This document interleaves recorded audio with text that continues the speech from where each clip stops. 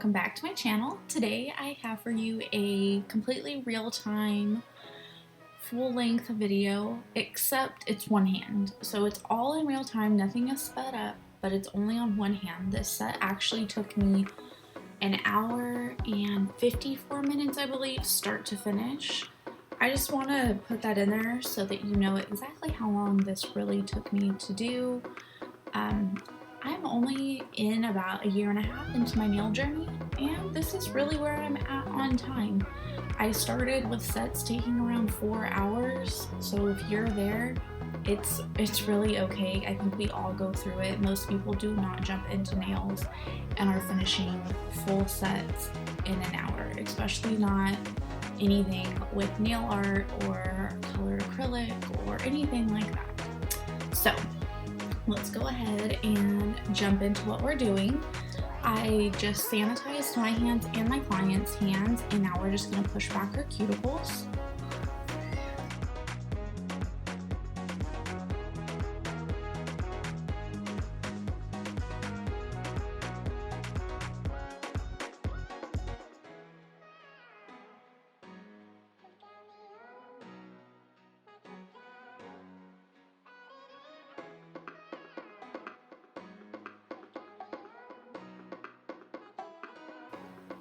Wherever you're at in your nail journey, go ahead and leave that down below. How long have you been doing nails? And what is your average time that it takes you to do a full set of nails? I usually am doing everything in under 2 hours unless it is a lot of nail art, and then sometimes it is more than that. Now we are going into some more cuticle prep. This is the Outwood Industries Skipper bit, and I'm using it on about 4,000 to 5,000 RPMs. It's in the forward direction, and I'm taking it from right to left, just going right around the cuticle and sidewall. I'm pushing the cuticles back more and then removing all of that dead skin off of the nail plate.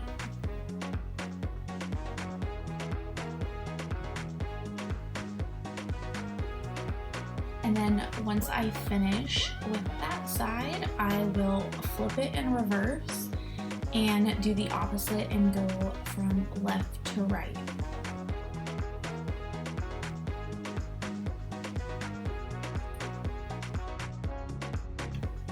When using nail bits like this, you want to make sure that you are using extremely light pressure and you're not digging into your client's nails. These are being used on the natural nails. We want to make sure that we are not damaging our client's natural nails. Please take care of their natural nails. It is so satisfying if your client needs to take their nails off and you're able to remove them and they have the most minimal amount of damage done to them. You don't want to remove their nails after you've been doing them for a few months and they are just torn up. It's not fun for anybody, and it's not fun for your client when they leave if they can't get nails anymore, or whatever the situation may be, and their nails are just completely ruined. So please make sure you are being gentle with this, light pressure. Also, it's possible to cut your client with a bit like this to cut their skin. I have actually done it in the past, in the beginning of doing nails, so just make sure that you are being careful. So I just dusted the nails off so I could get a better view, and now I'm going to take some cuticle nippers. These ones are from Light Elegance. These are great nippers, but they are very pricey, so I am on the lookout for some really great but more affordable cuticle nippers.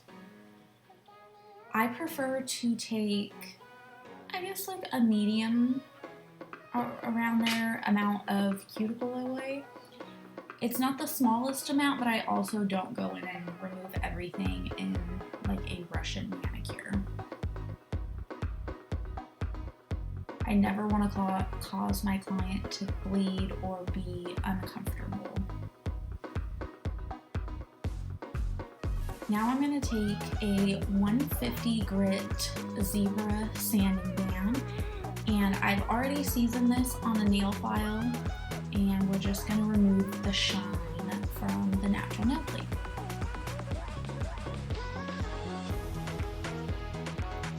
This is a very simple part of nail prep, but it's one of the most vital parts of it, because if you have any shine left on the nail plate, it will cause lifting in that area.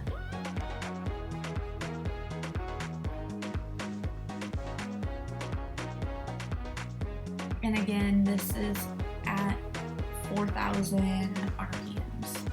I like to work with it very low and very gently. I go literally all the way down to all the way up. My nail prep is usually done around 4,000 RPMs, and when I'm removing nails, it's at like 25,000.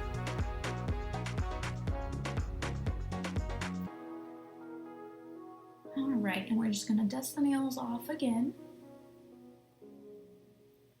Clean up my work area, that way I don't have dust when I'm applying the acrylic. And now I'm gonna go ahead and take my gelish pH bond to dehydrate the nails. And then I'll be going in with the Young Nails protein bond and doing 2 coats of that. When I'm doing a full set of nails, I typically will do one hand at a time, especially because I'm sculpting. If I'm doing tips, it may be a different story. I don't do a whole lot of tips right now, but I might be getting into it some more. But when I'm sculpting nails and it's a full set, I like to work one hand at a time. That way I'm dehydrating and priming one hand and then applying the acrylic. And then once I'm all done with that, I will start on the next hand. It usually takes around 15 minutes for your natural oils to start coming to the surface of the nail. So if you prep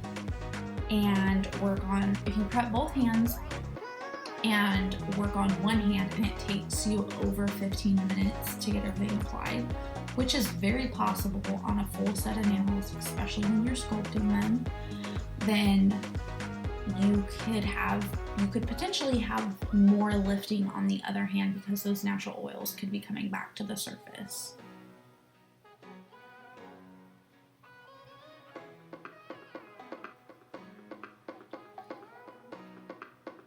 And here's just that second layer of protein bond.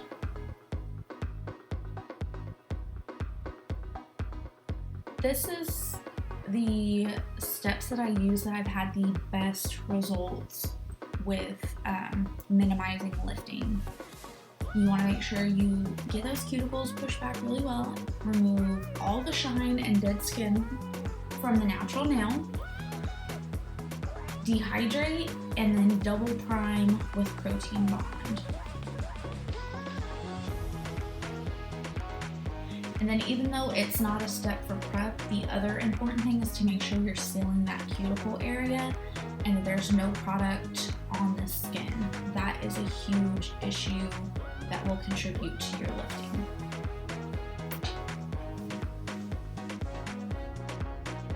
Alright, so sometimes I apply like the 4 fingers, not the thumb, the forearms first. This set I went in and did 1 finger at a time. It's totally up to you on how you want to do it. But I'm going to be sculpting out the base in clear. That way I have something to file back to if my client wants to change her color. And also this is a new client and I wanted to see what she wanted. So I'm going to apply it and see how she feels about the length and the shape, because she had a very particular look that she was going for.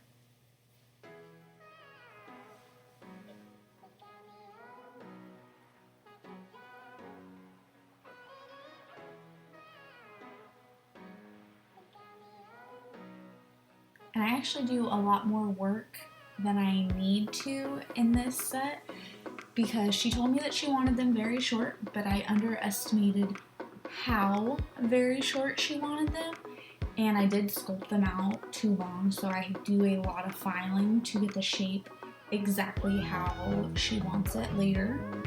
That's okay. That's part of the process. We're learning, and it really, this is a customer service based field, and if you're not okay with going back and changing things and adjusting, then this may not be for you, because this does happen a lot where there might be some miscommunication, or even just not even necessarily a miscommunication. She said very short, and they are very short. They just were not as short as she wanted them.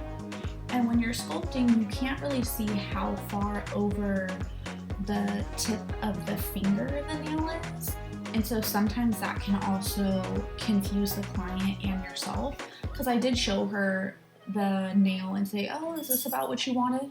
She was like, yeah, but maybe just a little bit shorter. We ended up taking off a decent amount of length when we filed, so it was more than a little bit. But you can't really tell that with the form on.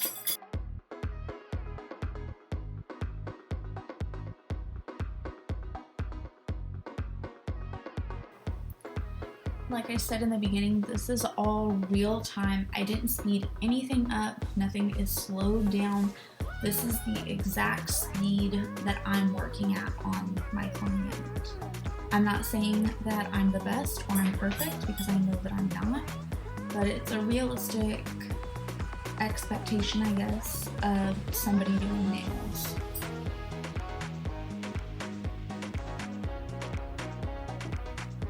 And I do mess up a little bit in my application when we get to the colored acrylic. It is not perfect. I make a few errors that I, just gotta roll with, and everything turns out, but you will see me struggle a little bit. I think that's kind of important to see too, that even a beautiful set of nails when they're done may have not looked that way, through the whole process. And you just gotta keep going and know that it will get better, and you just gotta file until everything is right. And as much as we all love watching a video where the acrylic is being laid absolutely perfect and beautifully, and I hope to be there one day where all of my sets look like that, most people don't start that way, and that's okay. I think this is a great video to watch for beginners and seeing how to sculpt nails.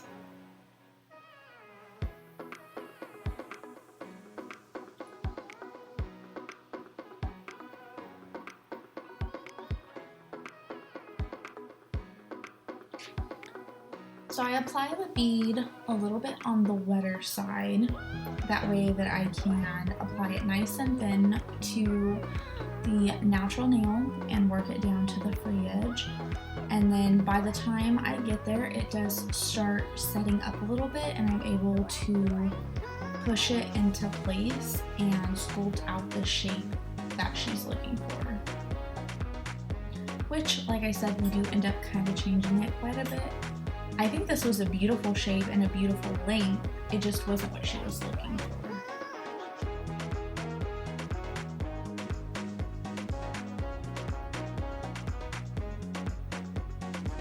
So when I am applying my forms, I always stick the center tab into the middle of the form, or right where the numbers start. I stick it on right there. And then I always bring together the two flaps underneath, and then I'm able to push it under the nail and then stick everything together underneath until it's matching the client's shape. If you have somebody who has extremely rounded nail beds, you can go ahead and move your form back and forth in a twisting.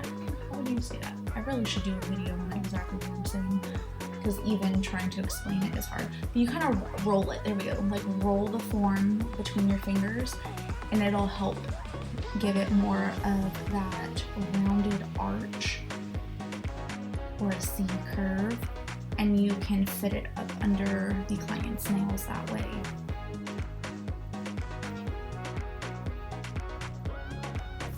The thumb is a good nail where you're gonna kind of watch me struggle because one side is higher than the other. And so it kind of threw me off when sculpting on how long and the shape I was going for.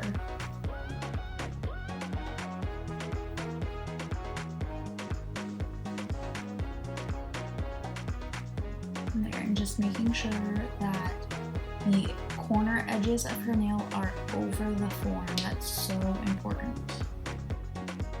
And placing that wet bead, working it into the back of the nail, and then slowly bringing it forward. And you can see I have her nail pointed downward a little bit. Not straight down, but it's angled down. Make sure you're cleaning your brush off. Dip your brush in more monomer if you need to.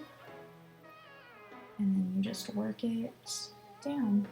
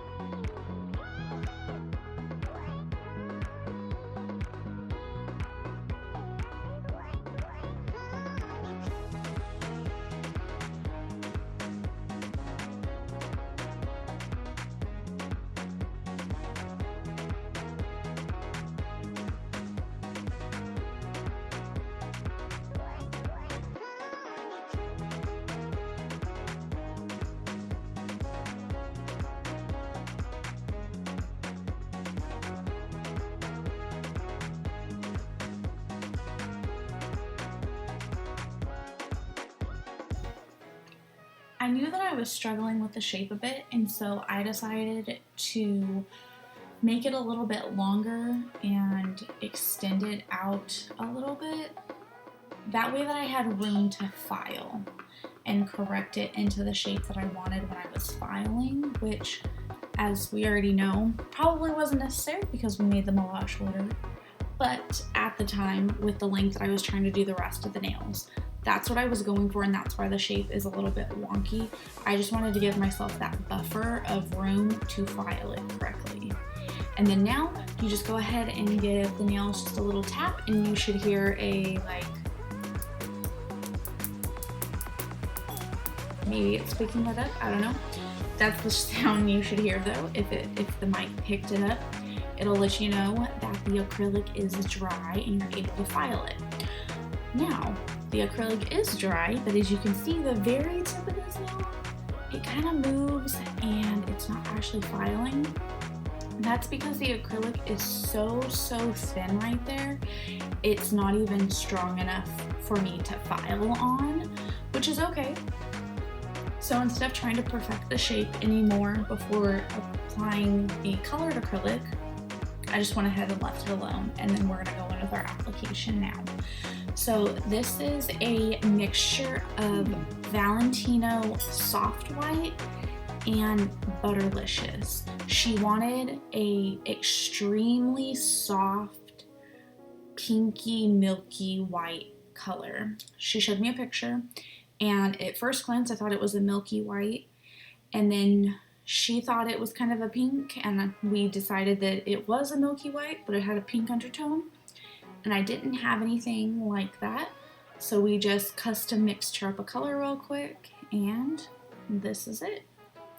It's really beautiful, and it's very similar to Soft White with just a touch of that pink undertone in it.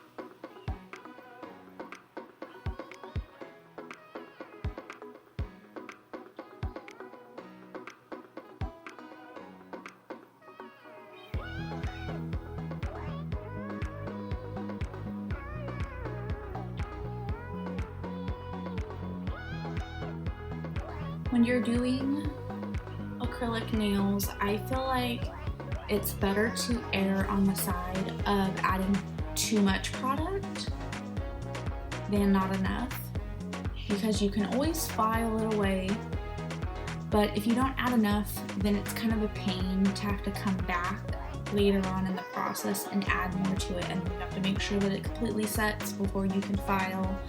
So I just want to make sure that I've got enough product on the nail, one, for it to be strong, and also to make sure that the structure is there and everything is opaque enough with the color and it's even. And I'm just making sure to pat in my shape. That way I'm not losing all of the shape when we're applying more product. That very, very easily can happen if you just try to slap the product on and call it good. You're gonna create a lot more work for yourself trying to shape it later on rather than just trying to keep the shape while you're applying. I did forget to mention the forms that I'm using are from Valentino, and the acrylic brush I'm using is a number 10 from Atwood Industries, and then I'm using the Not Polish monomer.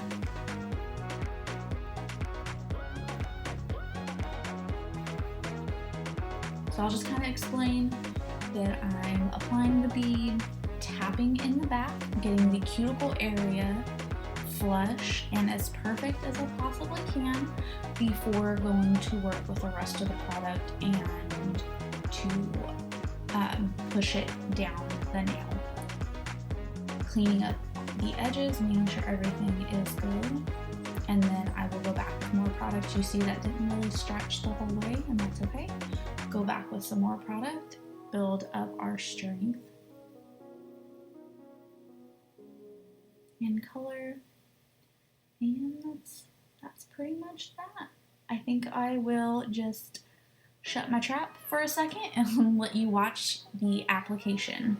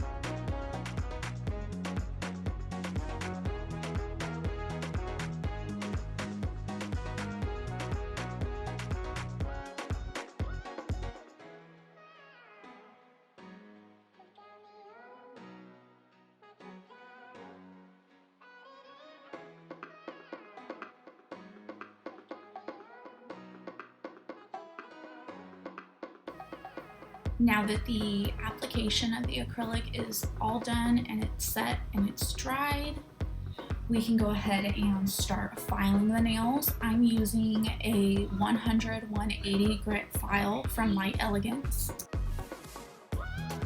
These are their perfect files. These are pretty good files. I like them. They're not too badly priced. My favorite ones that I've used so far are the Lexi line ones from Light Elegance, but those ones are always out of stock.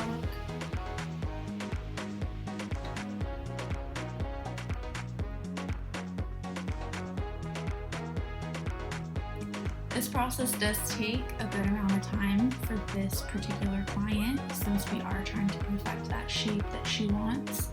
So to start with, I am just going in and trying to refine the free edge, which I go back and pretty much completely redo later on, but I don't know that in this time. So here I am trying to do that, and I'll just go ahead and let you watch through this until I start doing something different.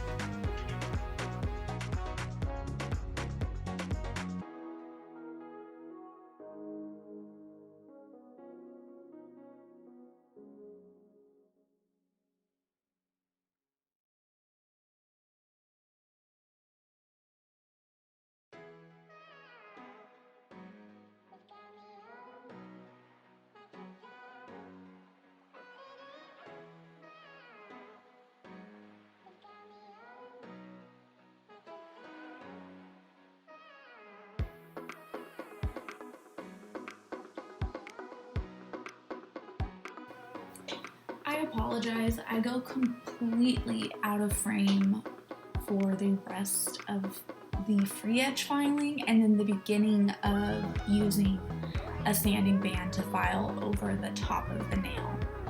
But I'll just go ahead and let you know what I did and what I'm doing. So I just finished with the free edge, and then I'm going in with a sanding band. I'm going around the cuticle area, but not trying to make it flush, just getting close to it. It depends on the set of nails on which bit I decide to use. I do use a sanding band for finish filing a lot of the time because I'm not removing a ton of product, so I find that it works fine for me and it's something that I like using. It doesn't take away too much product where I'm gouging into the nail.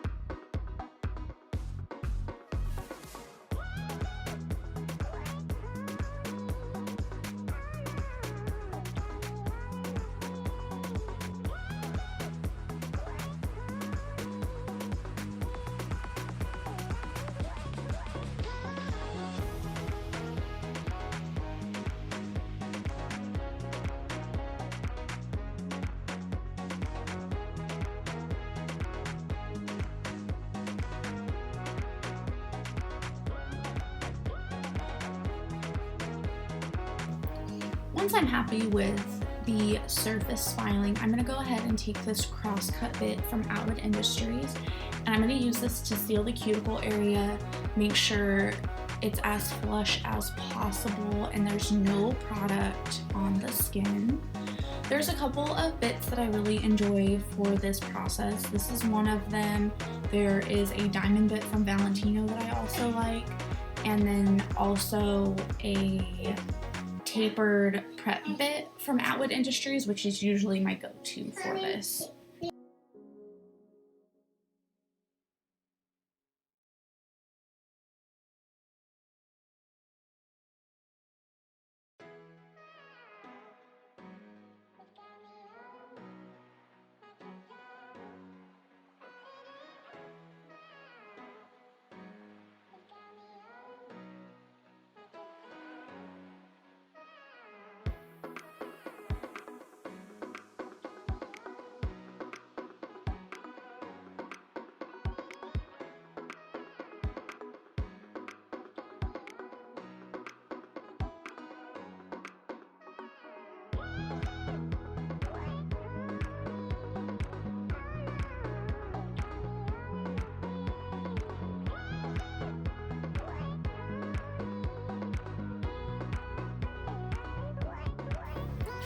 I lied and went ahead and sped this part up just because it takes so long, and it's just me filing her nails, trying to get them into the right shape.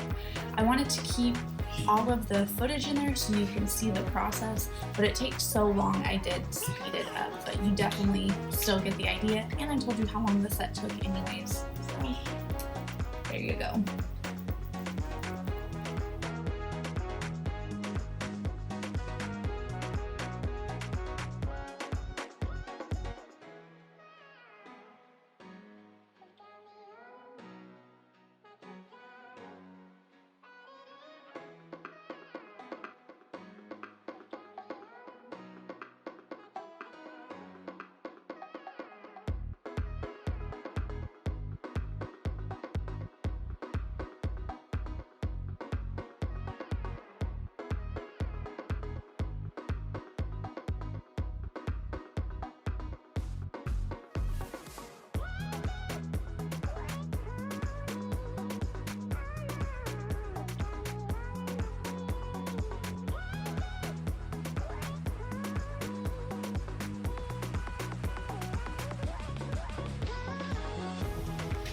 Okay, now that all of the filing is done, we can go ahead and get into the art of the nail.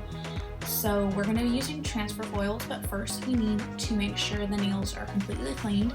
So I'm going to use some Young Nail Swipe and a manicure brush. I also will use just regular alcohol to cleanse the nails as well. It just depends on what I have.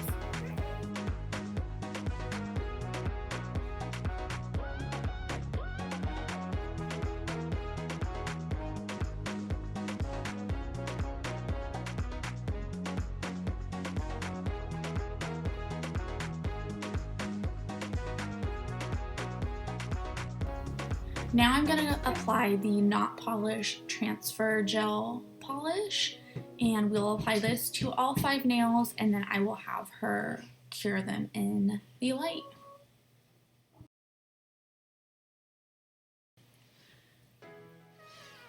For this design, I'm not making sure that I completely cover all of the edges because I know I'm not transferring a complete image, and transfer gel does tend to peel back and kind of wear away after it's been worn for a while.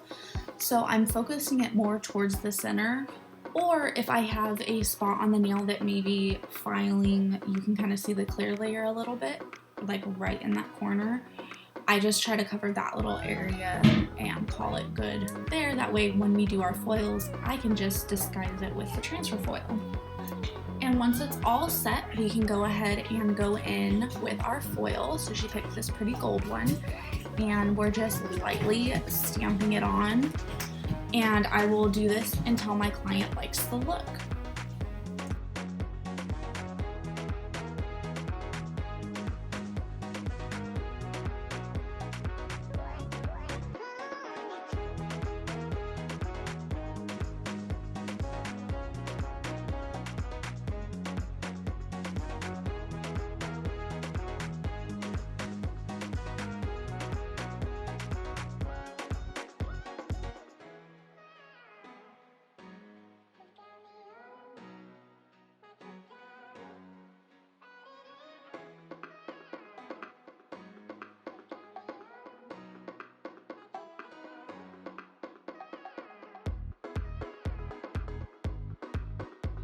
So I'm having my client look at them now to see what she thinks, and she wanted to add a little bit more and have a little bit of smaller pieces kind of scattered throughout the design.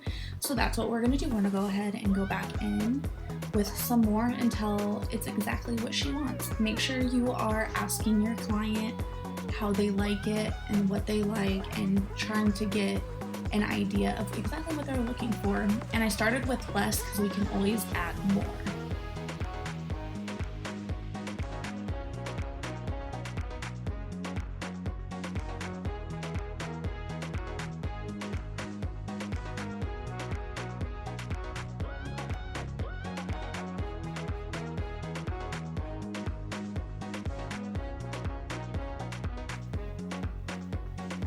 Once I get the okay from the client that it's to her liking, Then we can go ahead and go in with the Daily Charm 5-in-1 Strengthening Gel. And this is just going to help to seal in the foil and to help protect it from chipping. Any kind of thicker gel would work here. If you work with hard gels, you could just do a thin layer of hard gel over this. If you don't have anything like that, just go ahead and top coat 2 to 3 times to make sure you're really sealing in that gel. But while you're doing this and applying your top coat, you want to make sure that you aren't bulking the nails out and losing the shape. So you can just go ahead with your finger and run it over the edge to help ensure that the gel hasn't spread out and ruined your shape.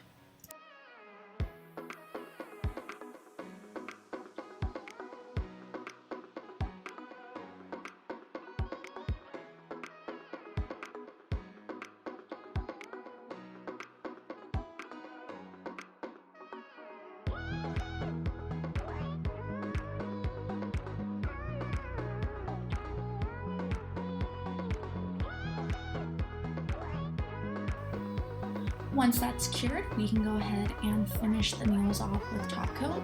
Whatever top coat is your favorite. Currently, I'm using the Not Polish Glossite top coat.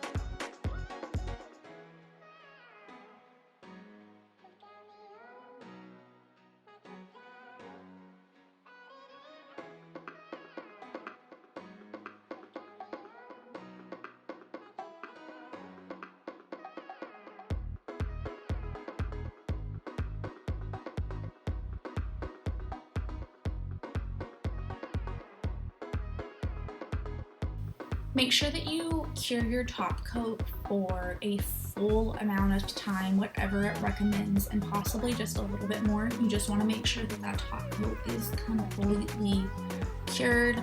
It will give you the best finish and the best wear out of your nails.